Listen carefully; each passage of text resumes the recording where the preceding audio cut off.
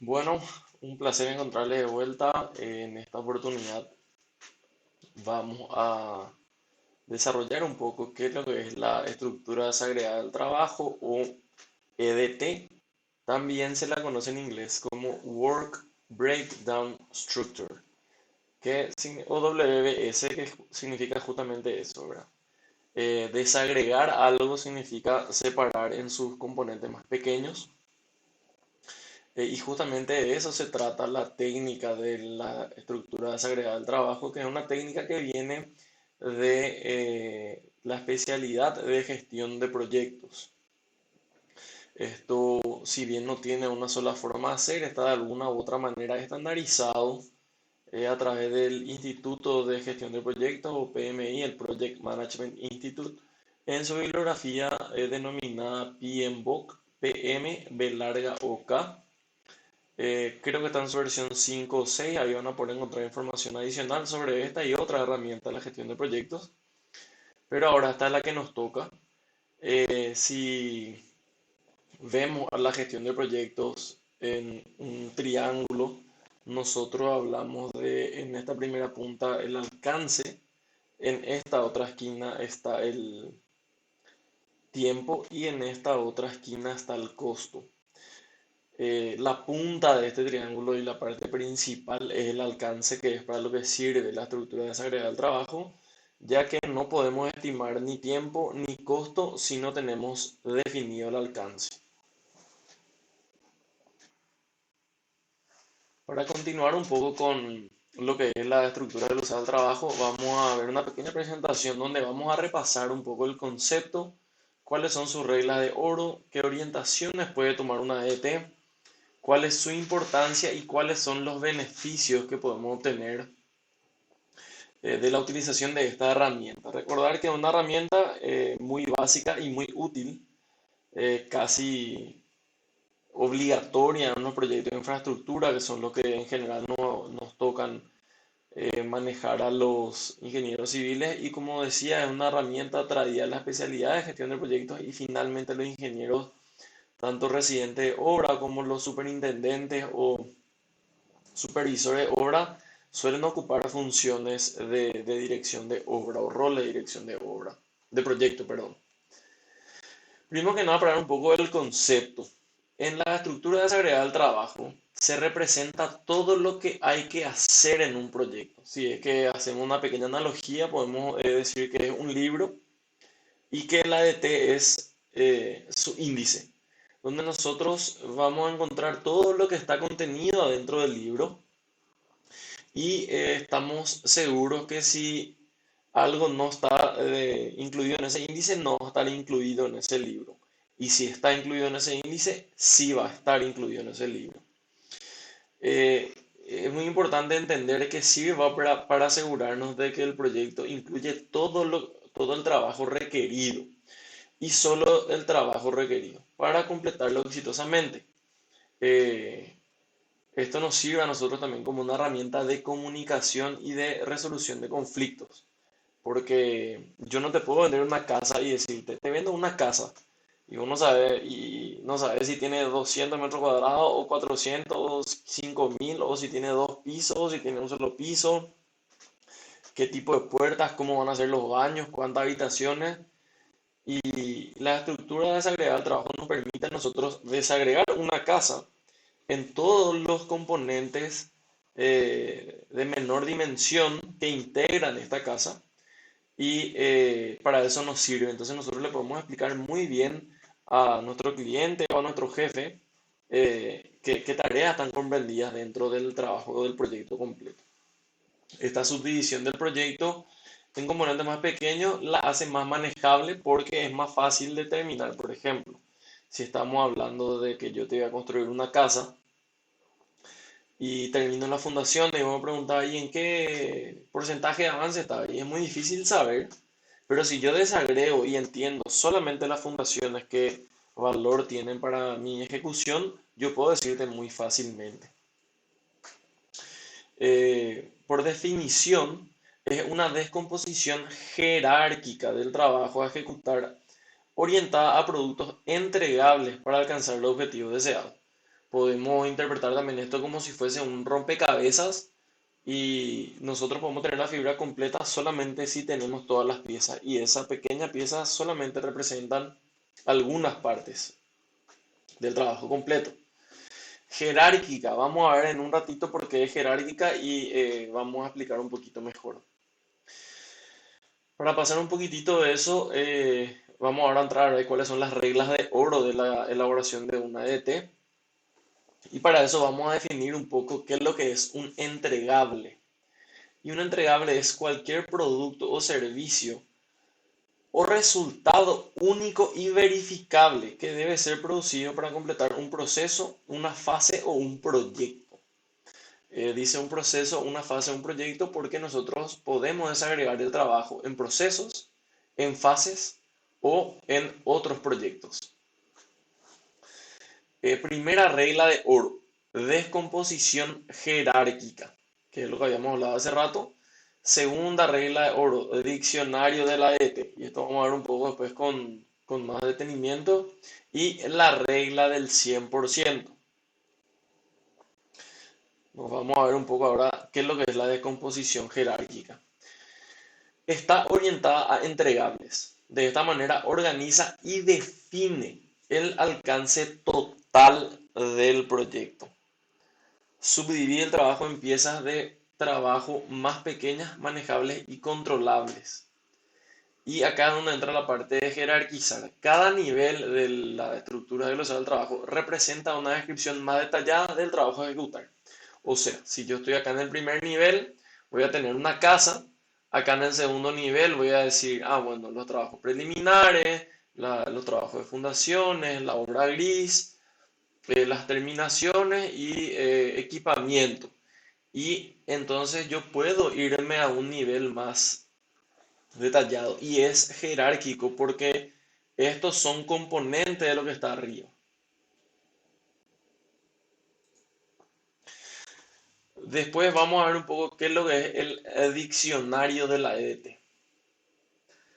Y el diccionario define y detalla y clarifica cada uno de los elementos de las estructuras glosadas del trabajo para asegurar que está descrito apropiadamente. Porque yo puedo decir una puerta, pero ¿qué puerta? O puedo decir hay 10 puertas, pero ¿cómo son esas 10 puertas? Además, tenemos incluida la información detallada del trabajo, entregables, actividades e hitos, porque, y esto vamos a ver después, los hitos son muy importantes para determinar nuestro cronograma. Y en el diccionario también puede describir el tipo y número de recursos requeridos. Esto en las obras civiles en general, normalmente nosotros le llamamos especificaciones técnicas y forman parte del contrato. Y en el caso de las licitaciones públicas forman parte de los documentos de la licitación. ¿Por qué son tan importantes? Porque cuando te digo que te voy a vender una puerta, tengo que ser muy claro a ver qué tipo de puerta es, qué tipo de picaporte tiene, qué tipo de pintura va a tener, cómo va a estar terminada, cuál es el tamaño, etcétera, etcétera.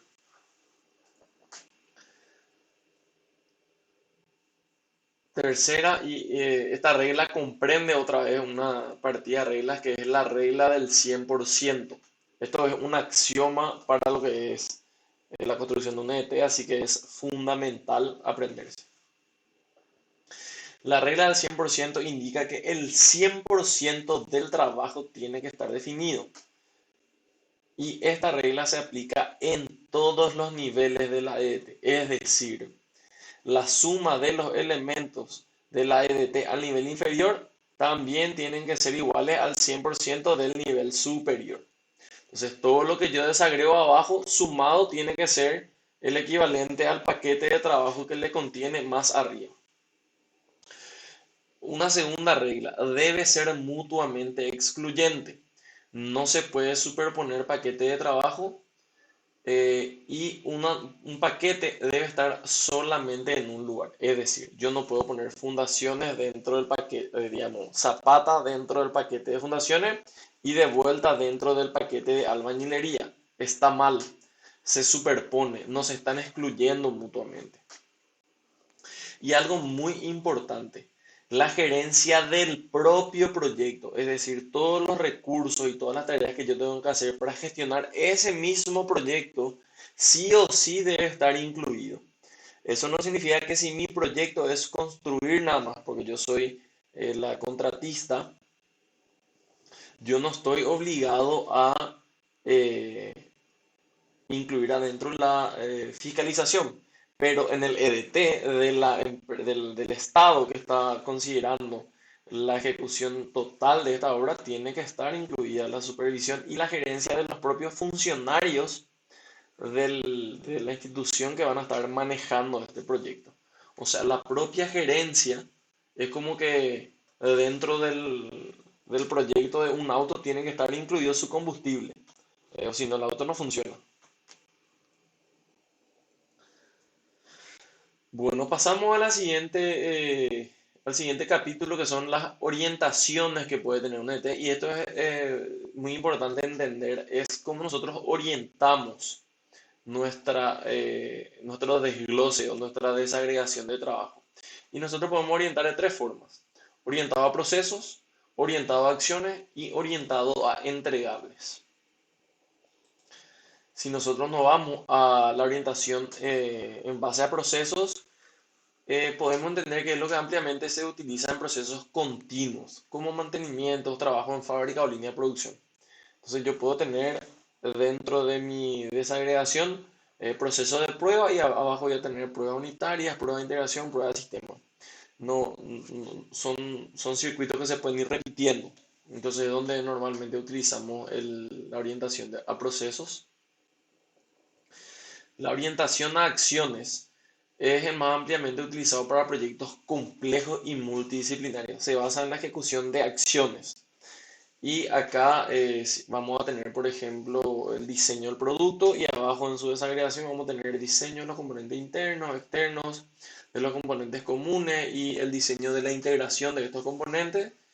Y así como también, por ejemplo, podemos detallar al nivel de eh, vamos a contratar un consultor para que nos haga el diseño de los componentes externos, por ejemplo, y esa contratación se va a detallar dentro de la ET como consultor para componentes externos contratado. Entonces yo estoy hablando de una acción. Orientado a entregables, que es lo que en general y más comúnmente se utiliza a todo lo que tiene que ver con la parte de infraestructura.